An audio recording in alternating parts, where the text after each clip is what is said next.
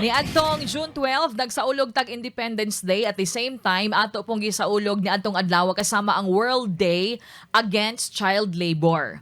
Unsa kahay mga activities nga gihimo kasama sa DSWD? Uban nato karon ang Social Welfare Officer 2 sa DSWD 11 ining hisgutanan si Sir Daniel Salvador live via Zoom. Sir, may buntag po. Serbisyo, straight to the point. Hello, ma'am. Hi po. Hello, ma'am. Buntag. May buntag, sir, sa inyo ha, diya sa DSWD. It's another busy day, sir, I know, sa inyo ha, but thank you in advance for your time this morning. Sir, unsay mga activities ninyo, sir, related sa atong bag-uhay lang, gisaulog nga World Day Against Child Labor po? Yes, ma'am. May buntag dahil sa tanan, especially sa ato ang mga suking tagapaminaw sa DXDC 61 radio station.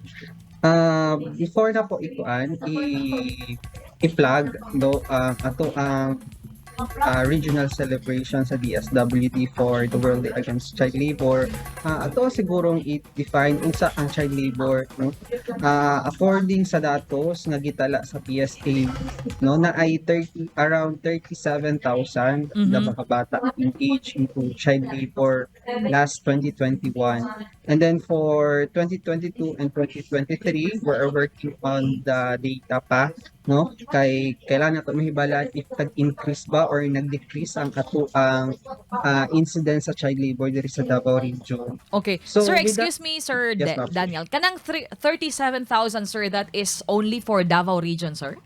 Or the Yes po, Philippines? ma'am. Davao region lang ang ma'am. data. Okay. Entire Davao region alone. Okay. Yes po. Yes po. So with that number, ma'am, no, we can say that ang child labor day is existing. No, nagyapon siya hangtod karon.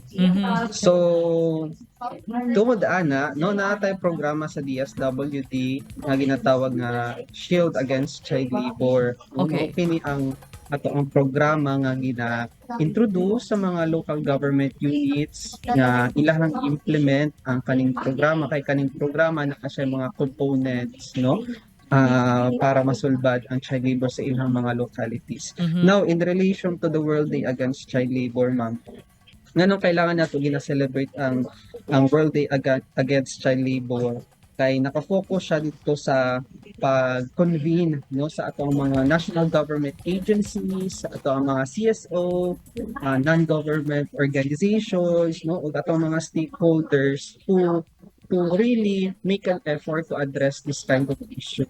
And for the DSWD naman, ma'am, no, this coming June 30, natay Children's Congress na pagabuhaton, no, ato ang venue kay sa Holy Cross Davao College. We will be inviting some of the assessed and identified ng mga bata nato nga mga child laborers diri sa Davao City.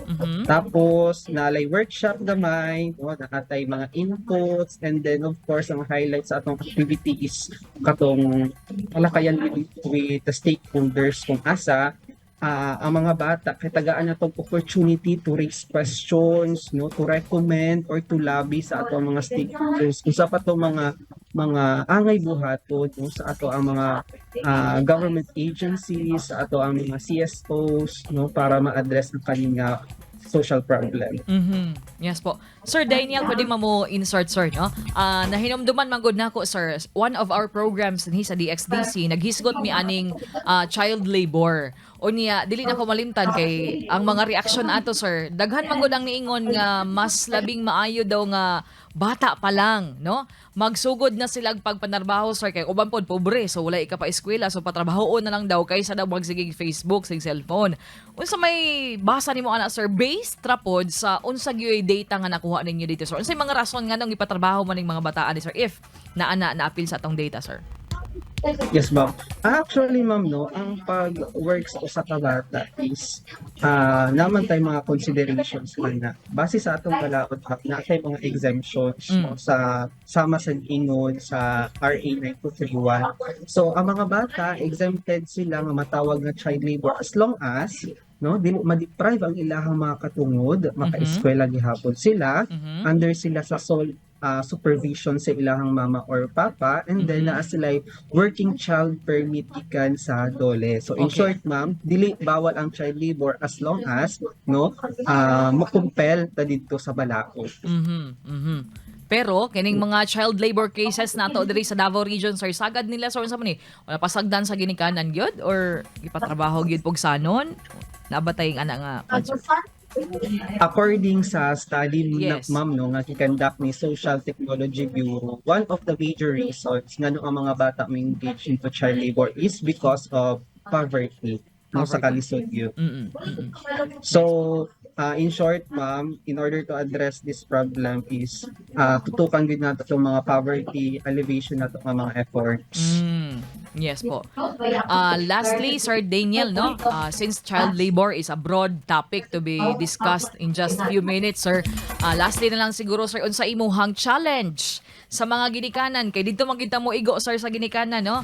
Challenge nato sa ginikanan og sa tanang mga sektor na minaw karon aron atong makunhuran ang ihap, sir, sa mga bata nga nagnarbaho sa linghod pa kaayong Panginoon, Sir Daniel. Yes, thank you, ma'am.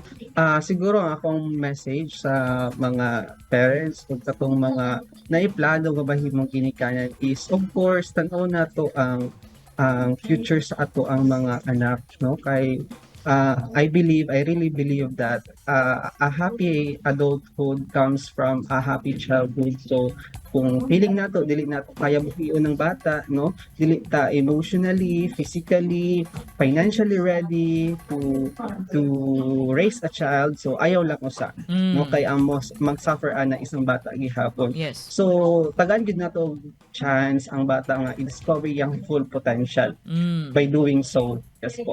Yes po. Salamat kay sir. So that message, sir, is para sa mga batanon nga nagtingo kami nyoon na gyud kayo, sir. Oo. Yes, Oo. ma'am. So hunahunaan sa gyud ninyo kay ingon pa nila mahal ang bugas karon and nagkamahal pa gyud ang mga palaliton. So kana, no? Hunahunaan sa inyo before mumusulod anang minyo-minyo og anak-anak mga kasama. Salamat, Sir Daniel. Until next time po. More power sa inyo, ha, sir, sa DSWD. Thank you, sir. Thank you po, ma'am. Daghang salamat.